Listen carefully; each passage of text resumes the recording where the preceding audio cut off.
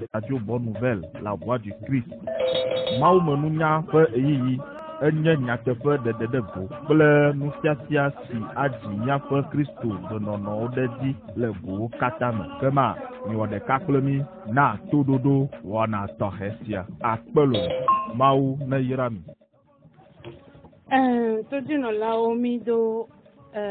gbena mia dometɔ ɖe sia ɖe le míaƒe tɔkudo mia ɖe la Yesu Kristo ƒe ŋkɔ me. Xɔse bena egbanyi mawo ba menu veve na mia dometɔ ɖe sia ɖe bena mi gbadzado go le mawo menunya be wɔnawo me eye mawo ba menu veve le mia dzi tɔxɛ ɖe bena mawo ba me egbaɖo ɖoɖokoe dzi bena yela ate ŋu va akplɔ mi le egbe kuɖagbe togbɔ bena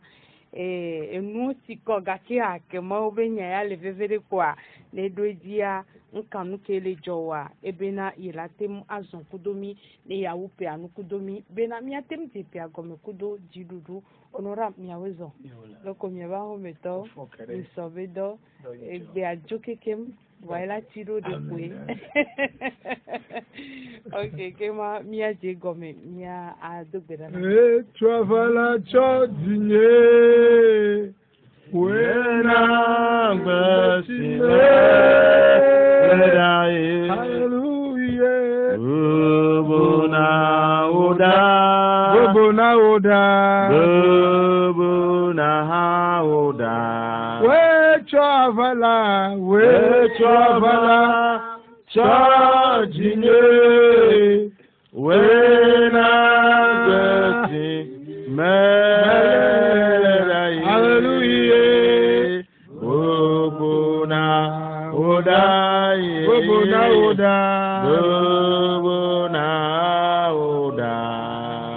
miedo gbeda yi miede akpe na Mawu gã ŋuti kɔkɔewo katã nye ya ɖeka tɔ akpedadawo katã enye ya ɖeka tɔ aƒetɔ miede akpe na mietsɔ bubu na wo elabe edze gɔme kple mi eye pa le nuwu yene le nuwu kple mi megblɔ na wo be akpe ɖe Togo ƒe agbeta ɖe dukplɔlawo ƒe agbeta ɖe dumeviwo ƒe agbeta nyɔnu ŋutsu ƒe agbeta osɔfowo ƒe agbeta Kristo hamewo katã ƒe agbeta eye mia nɔvi yiwo le prison ɖe woƒe agbeta aƒetɔ mede akpe na wo va wo ɖeka kple mi bena le gododo ya mea nu yiwo agadoa ne gaƒo ŋku na ame aɖe wòatu ka ame aɖe ya ame aɖe gblɔ be yi ƒe adze gɔmea woyram hafi medze mɔ eya ta naneke mele ye ƒe agbe me eya gate ɖu ye dzi o mede akpe na Mawu gã ame yiwo le dɔ lém hã mede akpe ɖe woƒe agbeta aƒetɔ akpe va wo ɖeka kple mi ɖoɖo zi le aʋawo katã no míabe ketoa ɖo ŋukpe ame yiwo le avuwɔ kple míawo tsi míaƒe asi me ame yiwo ɖe via mi kpɔ ge dze ʋe nu vɔ̃ yi tso ɖe mía ŋuti be yagblẽ míaƒe agbedome mi se be woku aƒetɔ akpe va wo ɖeka kple mi le Yesu ƒe ŋkɔ me amen. Yo onora mwose bena egbedo na menya de la no mia si na to dino la. Me chomo nukpɔkpɔ ya be hafi ma dogbe ya. Magale gblɔ ba kpe. Ela be mi va si ami. Be mia yi Mawu be ŋkume. Me xɔ se be enuwo yi nyui. Eyi nyui wu eyi me le Mawu be dɔ me nye me kpɔ nene. Mawu be ŋuti kɔkɔ yi nɔ gbea dzi. Mawu ƒe asi kaka me ŋuti nɔ gbea dzi. Me le Mawu dɔ wɔ ƒe geɖe nye me kpɔ. Eye agbetɔ ne ke va tsa nye me kpɔ. Nyawolo ŋutsi me dzi be magblɔ na Togotɔwo be akpe elabena wòsɔfo ɖe mate yi ŋgɔgbe ne dukɔa me damegbe ne no dukɔa ɖo la damegbe na ye ŋuti ame gbãtɔ yiwo me dzi be mada akpe na emizia ƒe agbɔnugblɔ gãwoa me dzi be mada akpe na wo ame abe Akato Athanase eyi nye ŋɔtsɛntɔwo me dzi be magblɔ na be akpe elabena woawoe nye tsɔtsia ƒe etatɔwo ame eve gɔ̃ yi me dzi be mada akpe na Dr. Akato yenye ame gbãtɔ ame eve gɔ̃ yi me dzi be mada akpe na yenye Theophile akote akoe yenye anexɔtɔ me dzi be magblɔ nɛ be akpe labe yenye míaƒe premier ministre ame yiwo nye agbenugãgãwo organisateur gãgãgãgãwo dɔ yiwo wɔ nye mate ŋgble me dzi be mada akpe na wo le duto ame tɔ̃gɔ yi me dzi be mada akpe na woyɔnɛ be prophète Eyebiyi yenye Benin nago le Togo me dzi be mada akpe nɛ eso France va prophète ne le se ŋkɔnyea d'abord abɔdzi na wo félicitation de akpe na mi de ale ye mi lɔ nye nyagbɔ ale ye mi tsɔ mɔtɔ ye dɔ ale yi ŋgɔgbea me de akpe na míaƒe président ancien président eƒe yamea esɔ eƒe président nye nyana me bu be ma da abɔ ɖe abɔ dzi nɛ ese gome me di akpene me mawe so feji so kplo do ado me di akpena o mawo ne di akpena mi ya fe do mawo ne wo to pere mi amfi yo nya me gbanto yo ma di akpena ye ya nya fokato ese gome alo me bogaya apotra fa donc mi anovio de le plombo ta mi va ya mi ame dia jeme parce que mi afofo le bo ofo jibjeme yo o le pepe na ame fe go yo ma di akpena mi afe akayo ameya wo ale ye o no ida peda akayi ne mi se nkonya ape ma da pena sécurité o mi nyonto apena mi yawo wodo ametongo yi ma da pena yin amenego eloko no femme vaillante o ameyo pona jipododo décoration no o mauna mi yelo o mauna magbeto yi ne amoko fu gbere kokole ji yin ya me ba so tracé lo ntia o zo me ntontolo kai yenta na me dogo mo le ponu la me nyawo me nyebe lo me mo no ale chawa go lo ka gbe ma melo o beto le wodo mojemo o no ya da kona pasteur selom ya joka ka brara gba lo kura gbe le jua me ka le bombarder nu o pasteur selom apena mi ma ten da pe avo me da kona pe pasteur kata pe me po pe engagement ma wona yirawo no le subo ma wona ni ala joro mo bube ya subo police de yi me pa ya va jua police o pa me ga ndo me torka le gobe hey ya ye me church po bo ka ye va fima church de juro jere ka ta iva na nyi ka seno parce police va me dans le globe que me va do go be me va na nyi yo na si manu bo me to no bo ga sanga melo o me be yo na si manu po parce que nous te fo po e nu kuna yo me va na nyi yo na si manu mbo be si ya le gbo yevo yo ba apotre nuka yo po ajicho yo nto mano wonene maga troll ale imele simple mano nene police magao emi senko ya o le batubara me dogbana ni même gboba passe gbobo me dagbana responsable me dogbana responsable de G12 pasteur étudiant kata me dogbana ni me de apena groupe musical que agapé groupe musical agapé groupe musical essor finesse groupe musical j'ai encore gagné groupe musical maga ho wao me da apena mi lo ya fe do wo jenu mi ne mbe ma tu fe na mi ama ya subo ma te mi anu bo me ko asiji be mi afe mana na ja le mi aba gbe mi ya glo ber ka gbe de mana e go me nukunu nu kanye ya e la va mi afa gbe me do gbe na e de kaje ko de tubi o plomo ba me selom do ivu me dongo na mi yo va le du doradia ma una yira pastor yo prêcher le doigt ajuro me ma yo me katanya fenko voix gameata akpe komande na mikata san yerkana ma yerkana na prêcher ka mi bora bo vivia de yo si sokun o et tu ne pas sur les 5 ans o me nyona ka fi o ba nyono comme les yanyo voilà tracer l'onti mais tracer la beton tu ne pas beton be nu wona e je lajo e la bia ba beton wele wole kia ta me semele we beton abe shenne ne lo o commence ma wu akpe no be eyom nyatefe ye power yo so to na gbeto fa gbe ele wo nyame o me dakpe ne amesia me na ka ma ga dakpe na afeje garde o am yo do na gbara ne tanye be afeje vision ne va me dakpe na me gbe ne me dakpe na me ma ovo me dakpe na ha me blibo no no nchu apo gambe tabe me dakpe na me le tuto e je nu nyento parce que ni yo me po no o ma de saji be nyama se gomoko e menya nya ka o se foya me se me le moji be aikan la bena nu se fio le gbolobe ma wedu ko me siame da pena fifia me da pena me yokata so pa envelope de rami o kare nya jibe ma fa ma o mi yo ngula gbala na mi be nya ko na ma una yo ko woni na o cho fuga de do me da pena o kata ame yo ple livre yo wo prière al ontobo da pena ame yo do be yo wa wocha yo mete wo ja ma da pena va me da ma ya e fi josé parce que mo wonde maintenant gratuitement ame ko ya yira mo wonde wa menyo ame ko pe da mo wonde o ja ba yo ja gba fe to amere o ja wo dede ne ma yiwa ngolo leta ne ma ngolo leta wa ja va on to na iba alo ple livre ne on to ja na khele no amoro go bo be ya ten do gba edaje be do do do le ya ma ten do do ame ko la fio proclamation de lo on to ma ten de gbero ame izo mo ko nyana nu ile moji denelo yentie paso yo kata so station bobo ne ma to khekhle afeto ma yo ngolo ame yo so Benin akpena olo ame yo so Ghana de akpena ame yo so France de akpena ame so kaka Dubai onga ma wi ala ke le ko ame ma po se ngolo oji ko do fu so kaka avion so kaka Dubai be ivaka ame so Belgique ame so America de akpena mi kata pas sonyo yo so ame yo so Ghana ame yo so Togo ame yo so kopo me ame so kofe Kudasi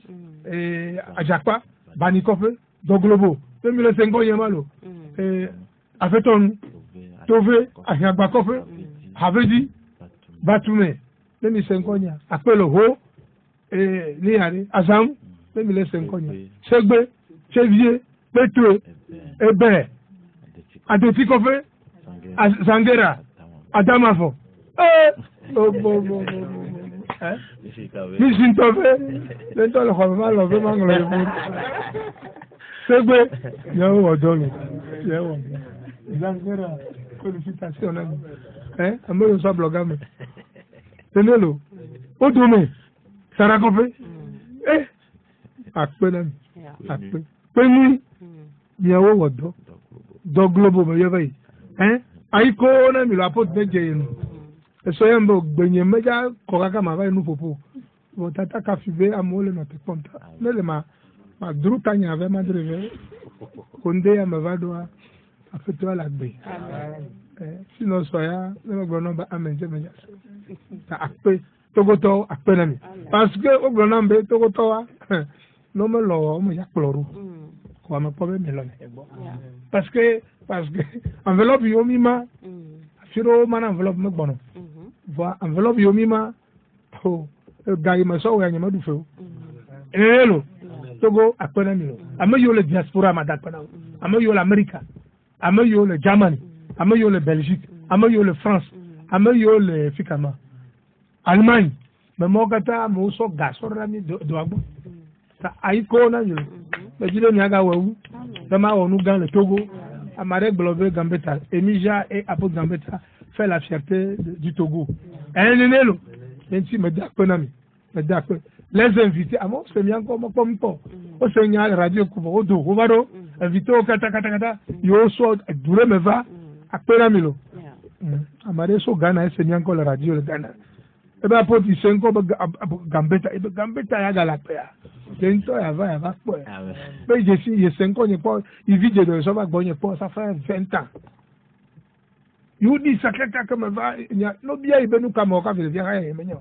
ni se noa o lo publicité be nyao ni sha ivado o ma ten clan kunda jolo ma obe nyagbo le ne ala aduwa ya le se nko nya pastor ka fi le gere pe yeye me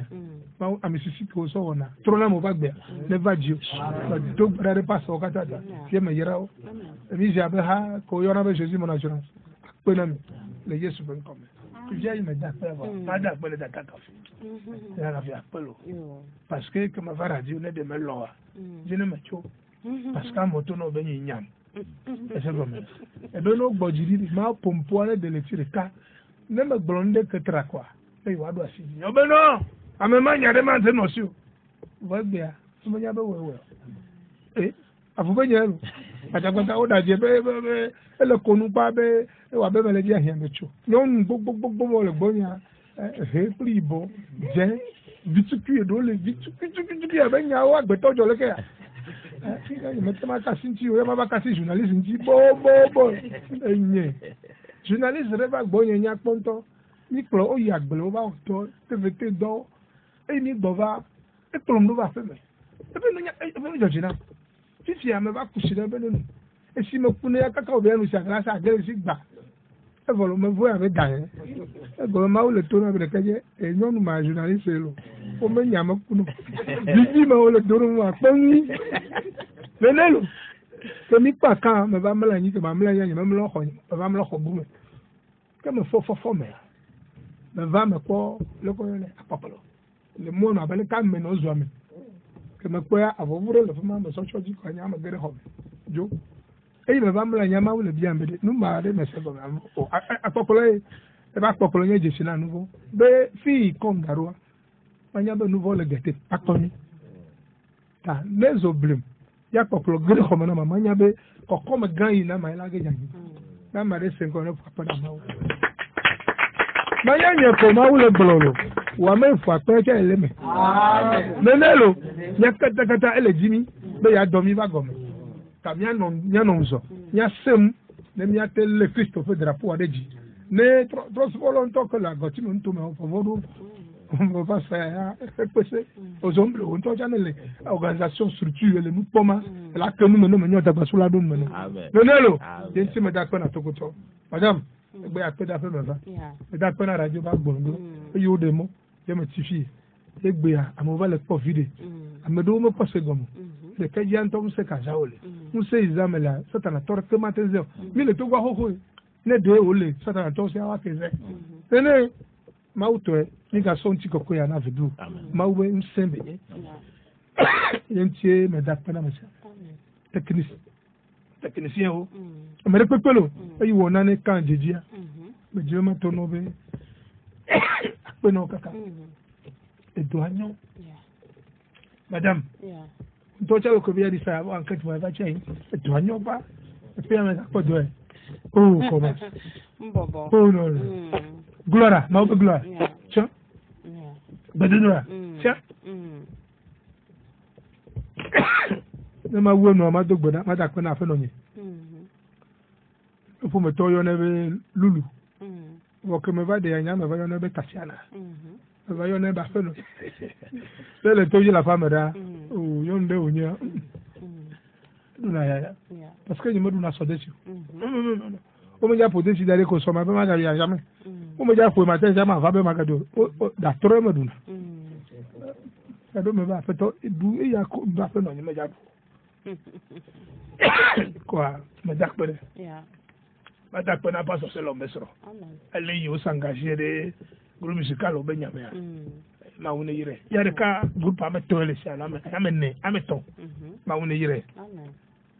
Mais d'accord donc bona mo popo. Atita ma fu follow. Oh non. Yo nya me du na di me welo. Voilà comme ya to pastor amole duka ka ba glo njamba ma ba ode na o. O le yom bo me gbebe yo ya du wa. Njamba du de. Mais pas vidéo ça bon. Le mieux le dit quoi là va manger. Le dak penami o yera ni kaka. Amen. Après no nya pelo o le doji. Mo popo be président apôtre François. Le avec pozo le Rabouni. Le 5 ans là on apôtre venait d'Achali maintenant. Ba pelo. Amen. Madame. Amen. Le dak pelo. Le dak pena togo. Diaspora penami lo. Amo so gara yonde so gara so Gabon lo. Amo so gara so Gabon. Ba mu ne yira. Amo yo so Chili. Amo yo so Liban. Amo yo so Londres. ATM international menye. Ta Togo tono profiter no anyabe mawu edem pe na Togo. Oh non. Soit church ala no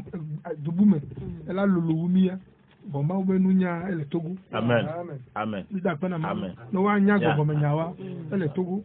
Sa mida pena ma ube. Amen. Onora mi da pe mi ho se bena to juno lo kekem mi jabe ha me o kekem amesia me ke do nu me a o ho apeda danya tepea enu atepea mbobo ma uba sileti mi da pe na ma o onora mi ja u pe anu boka ke abia bia de lito ami eye mi dive mi abia wa ke ngbo ho mi abia wa donc quoi o do na gbeda na mi to nyaglondi gbedona menya o lelo eye o tsunami do tsunami le do pere dana le do pere mi le ja upe anu e kera si o la glona mi yaolo ame yo jipea o po amede wo yere ye si o yi ka odogo ase le modi oduji odogo janta le modi oduji e la be amede dalo oji e fa le ja wonu enu yi ma gbolo ye me so wu kan vo fi ya ma te gbolo kata ajem vide ko la gbolo e le vide le le ja de blibo ma dalo regio be e ja gere 2020 ase go le gere me ma u de ko na ko be ko ya be pre ya de gbolo be na glory de gbolo ma po yo ho a ko pare jimi nene ye le femme ma po jimi ma te no mo po jimi do la no wu nde wo de favie la di wa ta je la to mu e ti ape ya glory gbanta wa po le jeunesse 30 mais c'est 43 Moi c'est fait agbalagbanto tablaton popo bla nevo etonlia eglobena eye ntula fe ke sinonu le didim de di nto eye opo anleo ple gbonwo kosivio ple kluvio boso ple teji gedeo ma dogbara yi ma dakpena ma deta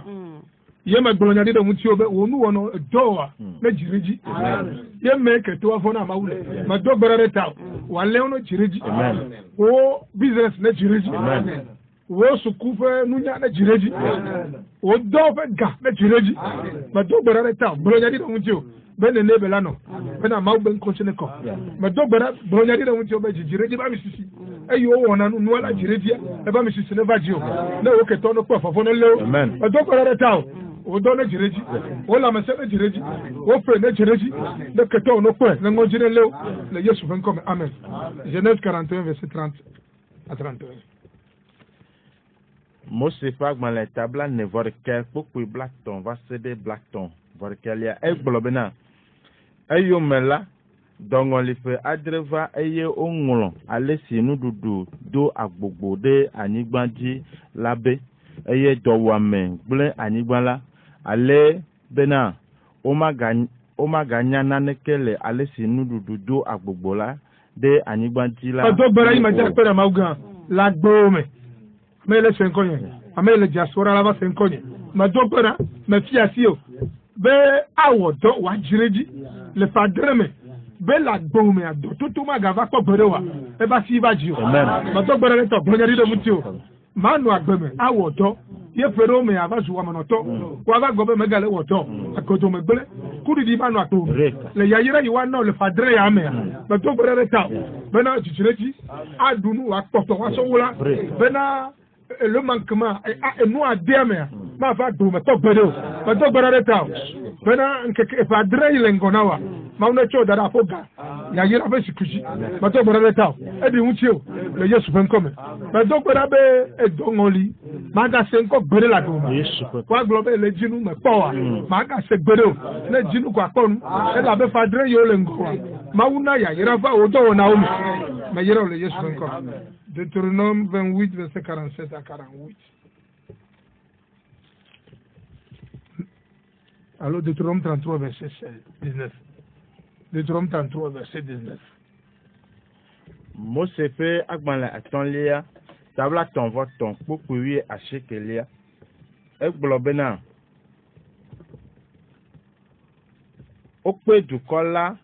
okwe du kova et tolagbo, afisi oka. Osa vovan towole elabena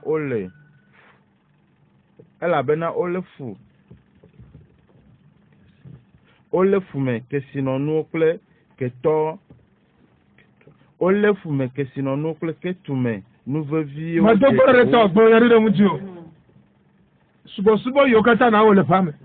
eye gayo na cho deme ne do yari ba gbo ma do bore to gbo yari de mutio maga nanu maga ofosale maume eya aga daheo bagbonya de mutio bena wo ma subo e pebli boyi na wo vai 2019 na pofa ya yele 2020 egbele e ko me baba la gbo na do gbere ta subo pro fosa yo ne wo le tu atame e fe ko so vo yo la gbo me beno ne ya gbo ri to no be e ketu me fa ya yira e ble ma to fa ya yira le do gbogbo la to me du kono je sibe ma wele wa paji 2020 me do mo femme on se nous so ba gbele mare tomo e ye ne dure mare wutia o de gao le Yesu ven comme amen. 1 Chronique 22 verset 3. Chronique afa gbanlen gbanto tabla vevove popue ameton le egbobena eye David fo gaibonu fufunde agbo nu kontrofe gatagbadie o pele gatagbadie gan o gobao o onti akobli o mele dadame o ma dokora yi ma dakora ma gbota bena amisisi yo so rapea amisisi yo so tuna gbodo ho evaji yo be ma no agbeme ano ho haya me kaka ku amen ma dokora reta so gbeji ma gava me pogbere la do ma dokora o David fufu nu yo so tu ko fufu ma dokora reta amisisi vaji yo ni yo so rapea ni yo so tu gbodo ho eba misisi vaji yo meka ho me yo ka meka ho me yo nyo ma o gbogbo tra ko vaji yo na je gome la wenu na ma o ben continue le Yesu ben come amen. 2 Chroniques 8, non. Job 31, verset 25. Job pas dans les tablettes ton vol pour que bla vevo atolia e globena ne me kpo dzidzɔbe nye ke sinɔnu sɔgbɔ eye nye alɔwɔ dɔkpɔ nu geɖe. Amen. Mais donc voilà les temps, regardez le moutio. À fort la quoi pour que sinɔnu dzidzɔ. Que sinɔnu be papa be dzidzɔ ne va do. Mais donc voilà les temps, ma obi que ton afenu. Mais koko dare nu koko dzidzɔ fe do level. Maintenant, on te la commis ou maule la tombe. Et je dis la joie. La gobame. Nelo. Pasteur de Sogana va be apôtre. Il dit be maglo secret. Il a te webe ma woto leke. Ya meten trois beton kaka leke ya. Je be maglo na ya. Secret ya be ma ube nya ito na beton. Mo nya itro. Ya kema. Secret be go nya be do de kama leke power na ma da gbenu. Nya to gbiwa o nya be o ma ten dable. Wa kpɔ agblemenuku wa dziɖedzi ne vedu ŋusẽ me damegbo ye ŋuti wo yina vedu ƒe ta ne nye osɔfo ye afɔ gbɔgbɔm ƒe agbedome gble ko nu gã aɖeke mele ŋgɔ na o ye ti aƒe nye sikiti gbãtɔ nye be gbedodoɖa ye ya nyeme fena le ŋuti o ye ya kɔmedi me lo ete nya me sia me ne va ɖe prayer be game la nɔ te ma do gbe ɖa fɔ kafi ma va xɔ ye ti ma ɖe kuku na osɔfo kple mawuviwo be ne gbe le nu ƒo le gbedodoɖa wo ŋuti koa do me kple ma ya le do gbe la me le ndeke gɔme se me ka gble gbe trésor la gbo mo no gbedodoɖa eteta wonye sɔ de gu nenelo esi me dze wo me do no ta me ga wɔe ne wa vo ɖe doa me da gbe ɖe dzi gblɔ be gbe ko ye do ɖa mawu la kɔ be ŋkɔ dzi nenelo ye ne le do ɖa ga nɔ multiplier ɖe dzi ye nanɔ se nu le nunɔla gãwo yiwo mawu le wɔ nu gã le woƒe agbe me nanɔ se nyawo le woƒe nu me ne nasɔ nɔ modifie afɔ prière me ganɔ do gbe ɖa na pumɔ ne mawu ƒe ŋkɔtsi ne kɔta ne livre nye ame kpɔ le asi oa 2000 ye vɔ ke mi gbɔ vɔ le se 2500 ne wome ƒle amame na mo kado enye wo be magase o ese gɔme amewo la kpɔe na mo ga gbe ƒeƒle dza amewo le ya xɔe ta na se gɔme nyuie ɖe be ɖe dzagba nanɔ xlẽ nu na apôtre va mia gbɔ no fia no mi le te zikpui nea enuwo me srɔ̃na ye ŋuti ye nyagblɔɖia le gblɔ be ɖe Job be yeƒe kesrɔ̃nuwo sɔgbɔ ye kpɔe be yeƒe asi wɔ dɔ ke fia be wɔ dɔ ɖevi ne ke fia be pawa ɖe damegbe ne me do kɔ ɖe ta gblɔ nya ɖi ɖe ŋuti o be afɔ asi ne wɔ dɔ ne vi ɖe ne dogo tso ne ne da ava do ga le banka wɔ dɔ vɔ ko agava nɔ di ga agava lo afɔ anyigba dzra kafi aga wɔ dɔ adzɔ me do kɔ ɖe ta gblɔ nya ɖi ɖe ŋuti o maga nɔ nɔ nene gboro ela kpɔe kaka la gbɔ be nyawo mawo le wɔ dɔ leke ele kpɔ ʋu le kankaka be nyawo o bo mawu ne yina togo ta nyagbori yiwo gblɔ mele na mi bibla be nu ke dzi be ne wɔ na ya wɔ na amewo ene mele gblɔ nya ɖe ɖe miawo dzi ŋutsa ɖe mele dzi yayra ta eyi me yra ko mawu la yra ŋutsa makpɔ nye dɔwɔnɔ kaka la gɔ be amen me wɔ jardin nyuie ɖe be no va nɔ gbedo gbe ɖe me eku le ɖivɔ ne kpɔ flawa wa wɔ be ɖeka dzi ya ŋutɔ nu ka ŋko wɔna hã ne kpɔ flawa le jardin me menye flawa ba vi flawa tsa me dona wo le gba todo wɔ tsi ɖe me nɔ wole da si tro o amewo le do gbada kakɔ be yewo ƒe dɔka do ɖe anyigba nene gɔ be ambiance environnement ele si tame wo be pompo na mawu do gbada ɖe ta gblɔ nya ɖi ɖe ŋuti o asiwo be dɔwɔna ne zu yayra amen ye electrifie keke viviti ɖeke wole asi ɖe akɔ se be nkeke ne zado dza se be nkeke me mie me na pompi le teƒe ɖe kpekpe fi ɖe kpekpe ke gbeto ko pompi le agbe kusia nu akusia be ya le ma do ayɔ awu pasie wɔ gama de kuku n'ɔba mi sisi ma pawa ma ne va dzi o ma be ŋkɔ ŋuti fɛ me yira mi le yesu be ŋkɔ me to na pasɔ nye ɖeka kafi me nya dzo be me galɔ gbe ɖe le agbo me be ya gblɔ be nya nu wo etɔ etɔ va mi sisi ne dzo le dzogodo me kple ete wɔ do awɔ kɔkɔ wi wɔ be gɔme ye ekema mawu la nɔ kplo me yira mo kata après tout temps Ézéchiel 29 verset 12 Ézéchiel 29 verset 12 allô Daniel 3 verset 21 qu'est préparé Ézéchiel 29 27 verset 12 voilà Ézéchiel 29 oh non 27 Ézéchiel 27 verset 12 globena yeah Tasi cha asiklio le kesinonu gbogbo. Ma do gbara ta àjọ tó la yo le Togo, pele yo le senkonye. Ma do gbara ta asiyo ba sisi ba ji o. Menela. Adu àjọ me le globe fe duo le we. O la po la koko wu bi so. Ne la sika me le senkonye. Le khedrena we pasi me asiyo kata le Togo, ye me le senkonye. Ma do gbara mi ata. Bolo nya re mi amti.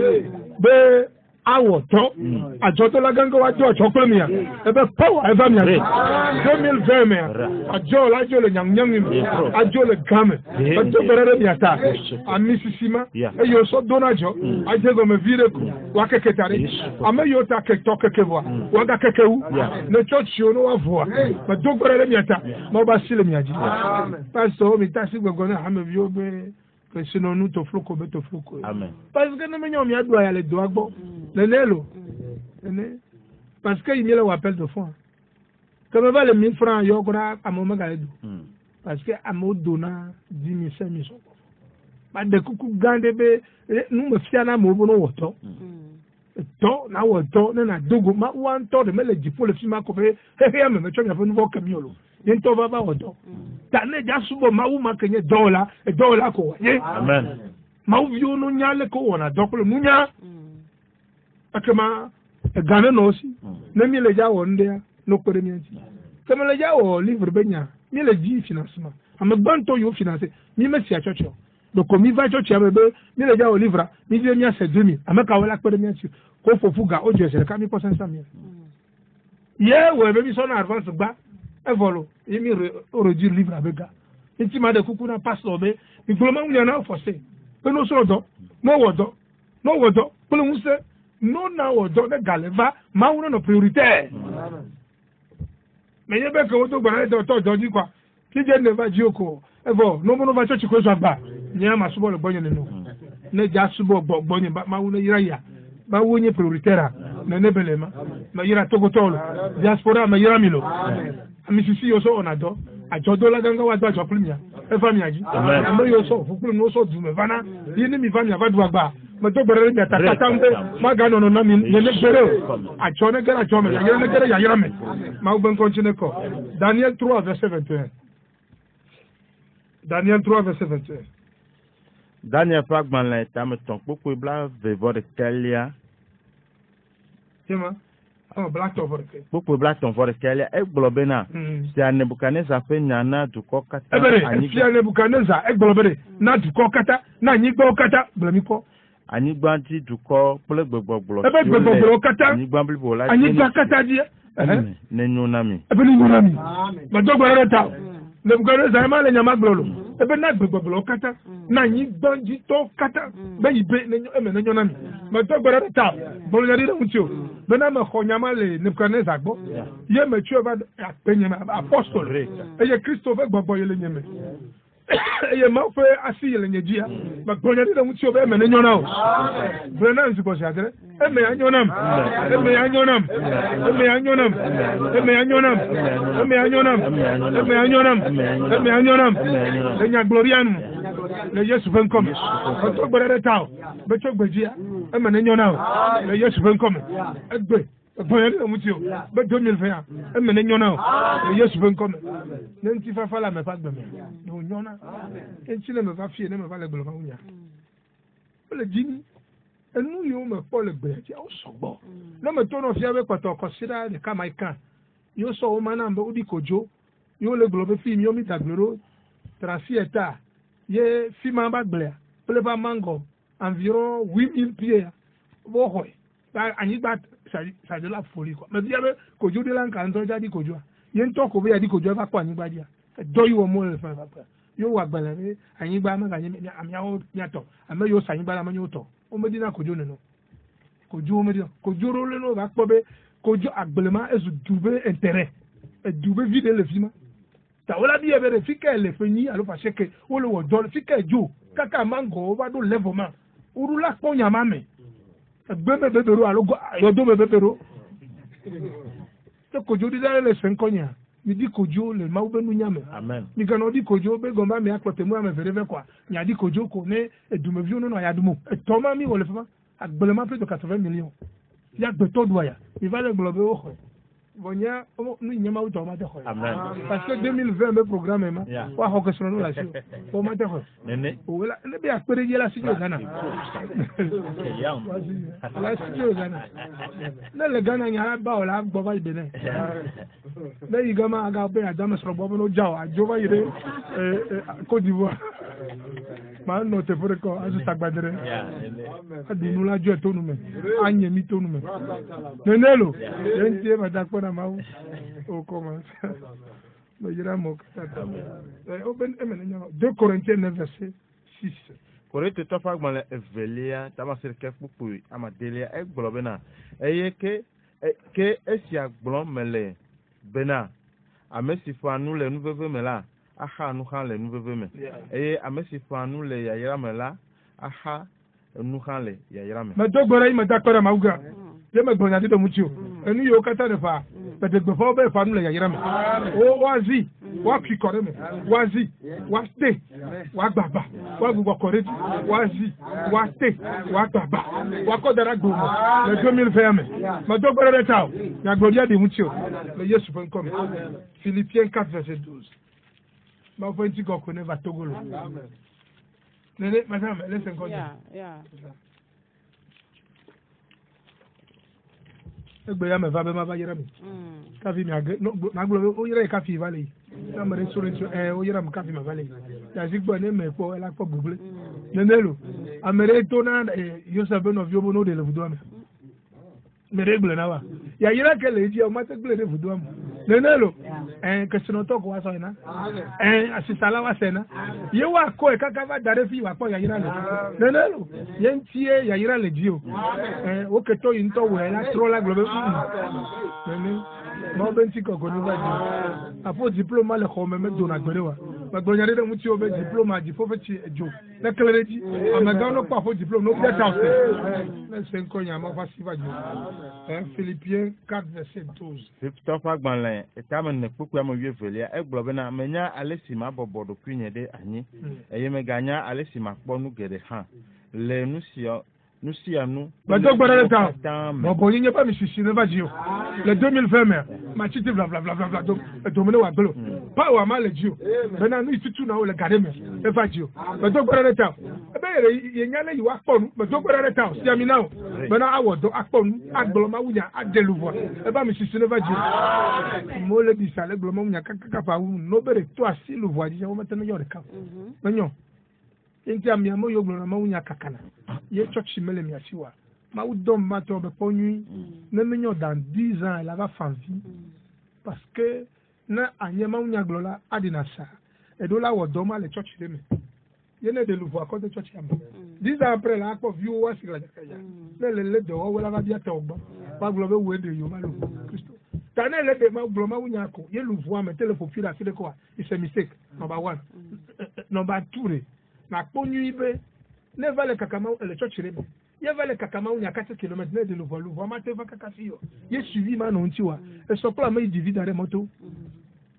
ma o viono se aponya apostle gambeta menye luvo bubujila strategie ma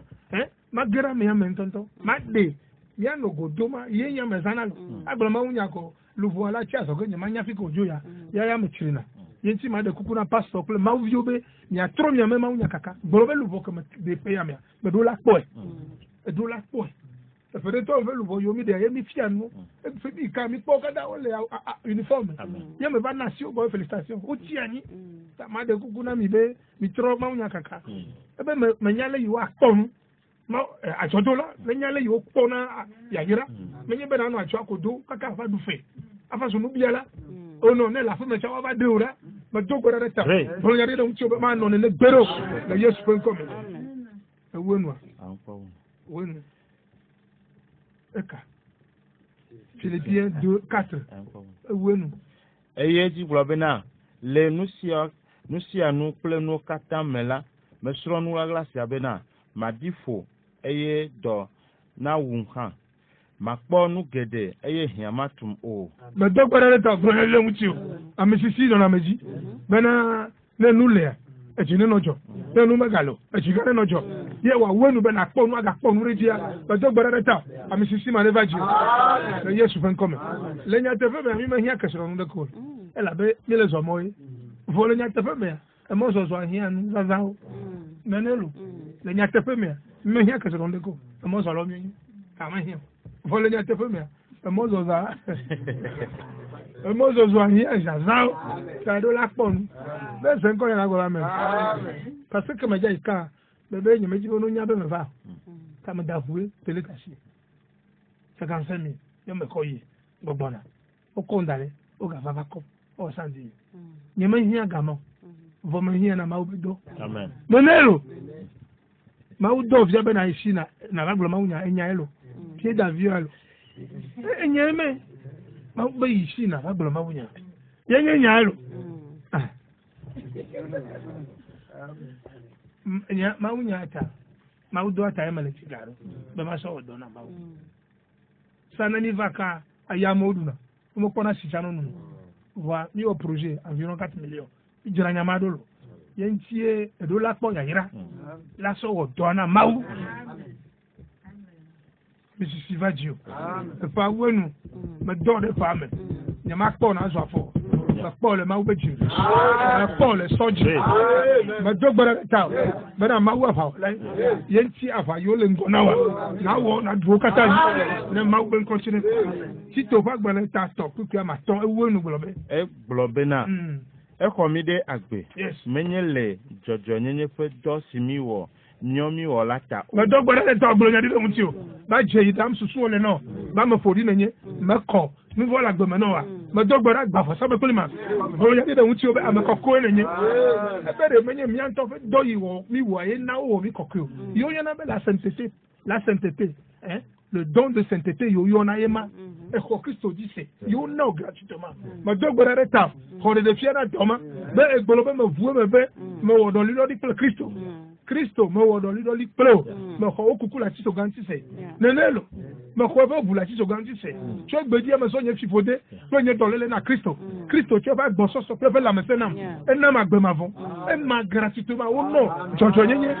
me to gbara re ta be na ko de fiere jojo nyenye ne te fe na kporo ki me kokko me to gbara re ta nouveau yo ne li o le pompo la gomer me pe Christo fo vu na me ti o ma ga ko o fe nu fo to te la gomer e tu la be de tiene le Yesu ben comme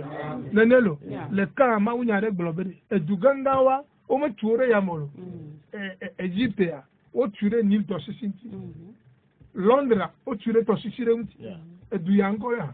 e du France e to sisinti o tuura ta gbe to ba de no tuure ya me do me gbela la proximité avec Dieu wow amen ne tu agbore ma unti ya e ke ma o fonase o senako amen enu ameto enu gbanto aturoki ore maunti aturoki ore maubo e Kristo nti etongo ature ma ofe nyanti at enego ature pastor nti ekema ekudi ma ba gbo me kaka fala wonu amen ba yire olu amen somajo eye jibena ke bo hu ekomi lefe nublani popola nu to gbogbo gaji fe tilele kule gbogbo kokko fe yeye o la nenelo intine ho Kristo aba fe to pe de lade gbogbo kokko la cho mo fa gbe ade afo gbogbo ka se tele do ni kule ma wudo mi ye mo fe nya ado olufondo e yo yo na be sozo sozo de popo yo ga yo na agbe abe sowe ye ntie na nye be va gbo me inyama ye nya fo agbe ape fondation kai ya ele wo be na koro ki o mo kokko nti la ya me to na mi bede me le ja ejifo ta ne le dan lo ja le wo nu vodio ne le un so ja le wo nu vodio vo Bible abere jijime to tro ya me milia pari ya me yira me ukata le senko nya gbodi ba choro 2020 dudi kole o ke to avudu ni chikone o la klepe la janyo na vudu na vallo ya yira pala na duru ko ya feme me senko na gbo ba me madam gbe arebo mi da pe na honorable ho se be na eyewa agbo pa gbede ma uyiro okay honorable mi be mi abi onya le kadwa mi jaje peye mi a sibele ko glo ni a ejebe mi akle mi atipo nuke wona be na amede alo amun pona nko gbededele wa be do be nya ne to la so akelasi ma do gbara ta so si vede to no vuno gbogbo ku no vuno enu banto yinana be amedo me prospérer now e gomenye bo bumo o bumole gake mo le ya o so ne do obumo gake obumo e do yi wa wo menye do e mo yina be le to ma yakodumo le no banto ne amea vous ne pouvez pas prospérer sans un appel et do yi le wona ne nye yoyo ne ko dem e da nye gbede le po gbede wa o mo po soro do de viro le o mo po soro do o n to ko bricole ne e le po ga wa me ke no do me fe amade e ko be de viva yoyo ka fi de viva va soro do yala wo gbede do la to nu galeme vo mere le wo gbede do nchama we ya ne soro vo me le ja wo gbero te la do amere le wo nchama we ye ke wo vo appel me yoyo machine ala ti ko wa plenu wa pla fo fu koreji me do gbere to be me le gere 2020 ne nye be bu mo do ko na tro ami sisi ye vadio ne na nya tutu me ga re le nu ibro melem ne me nya be bu alo ye bu a ne do me la fo so a le nkuro no bubu onti bo kasi na nya be me ye be do mo e gombe secret nye be do ado la no do jijo no ko dem enu banto ma te po ngo be de le do me ne me khoyoyo ne o sofo le do ya o mo khoyoyo ne amaro khoyoyo bo o me nya o be mission e na o do me bele ko yo re nu ko ma wo be na wo ye le vevere ta mission ko yo Abraham re o be dogu le stop me o yo elo o be do na va fi o anigba na iji ne ma yira o yo Noah e to o be para kabuna e do ka o do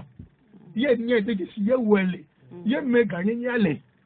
ye le gere fa bu ma yira mo kata ga me ati tretinye no Hébreux 5 akekle Hébreux 5 verset 4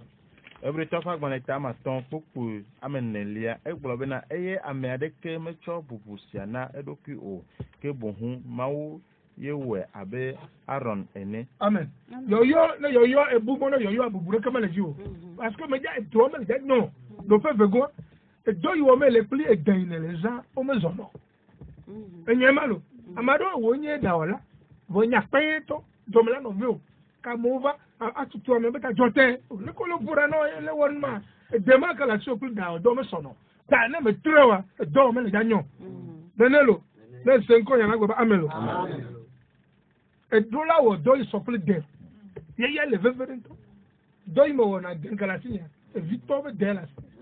be kanu ya me o me nyale yi wa gbojuri na watro e jino be gameta e vi o le mbele ja tro na me ko mbe do ele jayi ma yu be na ba bonye la feme ne fami dunu le polonti nya no pompo vinye afinya gbeme le duro wa no fika yi na ele ja bu ya dunu le polonti ma duk bore le ta wa jo e ba feme bonu gbegbe de ja o kafi ele be na do yi wo me mele be de ma e zona no bo ma do pa yin fo fi da me ne ke po ke mele kan yi so amesa me pa so nyere me jo ka ba e fu me vanio me le fuma po le ke ma wo nu ko me po be la kore de vire be tam e be ha me vire de vire yo ja ba si ame yo me vo ba me bi e bere amere be vi pro vaka ye de via le ogbe wu ye yakore tare be mo do pa teza ne nyimo we po la gbe nyimo be ne e ko o so pere ma unya nti ala do pro do je me to kwa me be ta ko be de vi ma nu ke o ka ka o le ko to tare ne le zoku pili le zopila de vi be ko le ga o pere dema que pour le ko la fa me si ta voto nya me be pona to go via to no vo ke me ba ma bo dema me ba ta gbona nko ye tie ma dema pa pri doma bezono ta tre ye ko do la ingogbe do fe tongo nje ti awon conference do nje ti awon le kan lo do fe tongo matezo ingogbe kholo ma ke dia matezo ingogbe doma ye o mele ple e hadudua anabe do ala gble doma ple haduduma matezo nenelo doma ke wona pa ple haduduma kholo barabara oma o matezo do ala gble nenelo ewe do fe fine ye ebe da to da lo yin ple oro ye we do na kholo do ko la si wona ba sigale nu pour no va do fe wa no ye dura pour wa me le wo dona responsable o yo na se e la vu le do fe no nenelo e la ko va o dun lo abe se fi o nene o va do rejo holowe sister aja e go me pa do a fi ma wo no na e ja gba fo do fe ava no go fe duwe na doha kpla ameko vana gbo edoke womela edoko koe ele jira mo be tako ame panara nama témoin de Jéhovah toi la femme 5 ans m'a qualifié elle est trop prof quoi ne jawa pour nama ne jawa para nama elle a jira ro si gbogbo le iban kenene mais bien ben nous kata ebere bubu me Amen. il m'a été va pour lava no po e gake ma kile am wone fa 2 de kukuna me do yi wo mele na ja agba na ti be kono ne do fo na gagbon ga me melo do fe nego me ga wo do de ke vide ma dogo chomo do yi ni tilo me ga wo do yi na wo vide la dogo chomo awo le kala no do ga fe la wunu obi o be vide re bo yo chere ko le asitro le njikpo aje wo do vide na dogo chomo ne vi wo no wa de skutonto ne vi o je do re na kle konji me yirami o fe atongo mate wo do la me de gomo ne me lo ame do mas do ga chamele ya de vio verset le kota va Somme 1 numéro 3 Somme 1 verset 1 numéro 4 Ecclésiaste 2 verset 11 numéro 5 Ecclésiaste 7 verset 7 ye le globe ne me lo ame wa do ma te so afo ne la me de gbo le wo do ne me lo ame ya wa do ma le ja nyo parce que me lo ame o ta ne do nu simple no che la no do do me ye nu ima va gble de kono la gble de kono e pa wonu do nya gbeto ma wo ve go nya do nyonu ne 5 ans le premier risque pour le divorce yenye bene nsu de kale po apeji risque numéro 1 yenye bene wo nyonu ya ma va de dija tore to gbere nsu akoya ela no ela avachi kone yen ti afo doro la nyon yene le wo kaka go papa de bi o be school fi awo tu e poto 8000 me be nyen to ma tui amen ne 5 ans ya go ba mel amen ne 5 ans na go ba mel amen ah le premier dou mi le gero to va dengo il faut se préparer il faut se préparer il y a des préparation de mobe nous wane wanyo manque de préparation et wonebe ame gbogbo do sera una me yira mo kata na swapea on se prépare na de soir on se prépare venelo o yira togo o yira todo la okata o yon ba gbo ba kwete le Yesu me va amia gadogo le Yesu ven come amen yes ovuka mi da pena honorable be experimenté l'indike yanto mi ave kapono ba ni 96 11 40 40 96 11 40 40 96 11 40 40 beni be obe ayo ma oba me allo Mauba moyolo ya ni obe kwanye samya do ya gero pe ya melo amen amen ya ira ya va mi ajivo yeah. Oui. 96 11 40 40 96 11 40 40 et nyagan weto les kapopo ya me on va me dire les camé allô oui allô oui allô Mauba moyiro oyira mi ochala ndebe to gere kele de magere priya me sil lu gere ni wa vinyo amen na gloria dicho eva me vo le Yesu fen come 96 bien on vit obere ko garere apôtre bien ko garere apôtre ka fi kan gbova na me wo wa jagbara wa yes allô allô 96 11 40 40 96 11 40 40 nenyi be obe ya yo mo ba me eye ya bio nyare kudu nu ko be gbovia allô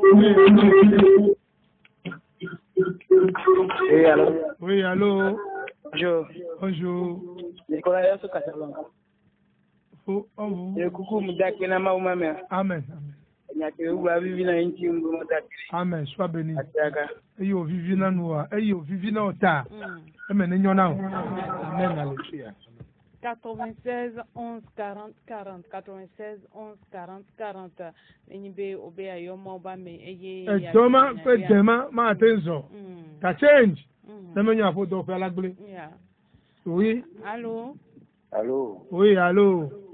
Passe mon frère. oyira mi ochala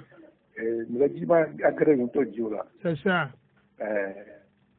nyamele bubu pe ablogame amonosi mbe ablogame catholique pa be me gbedomi ebe ya konuka ablogame catholique be pa be me gbedomi sister pa be me gbedomi le gbe ba fuma ko la ko drapeau la ko flower e pas la guerre church pa me chaque mardi de 8h à 18h, mardi et mardi. Allô? Oui, allô. Allô.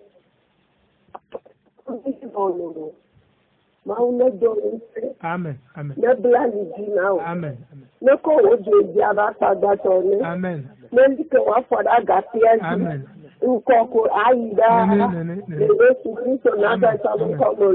Eyi na yiram ta. Ya yiro kata no vajio. Amen.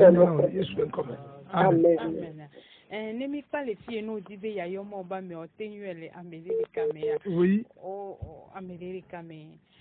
Otenyuele 90 27 97 61 90 27 97 61. Allô 99 47 28 98 99 47 28 98. Allô. Oui, allô.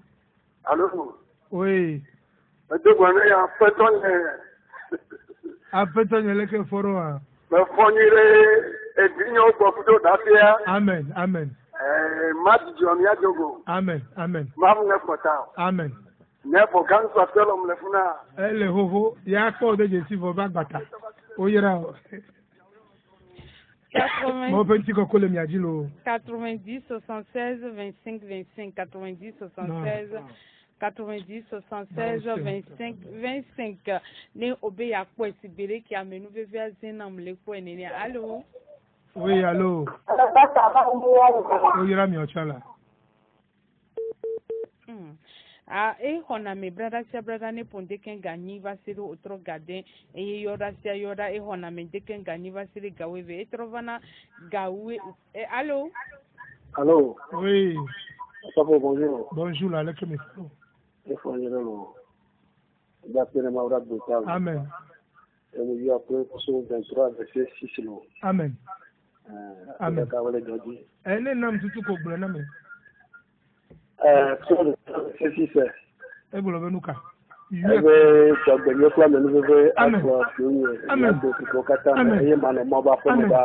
Amen. Amen. Isere ma khom le ma usi. Awo donné akune. Ye gboma gra mi adogro jiko chorfa me. Ya se vivi ma von. Vivi ma von. Adwa tiku se ma gbolo.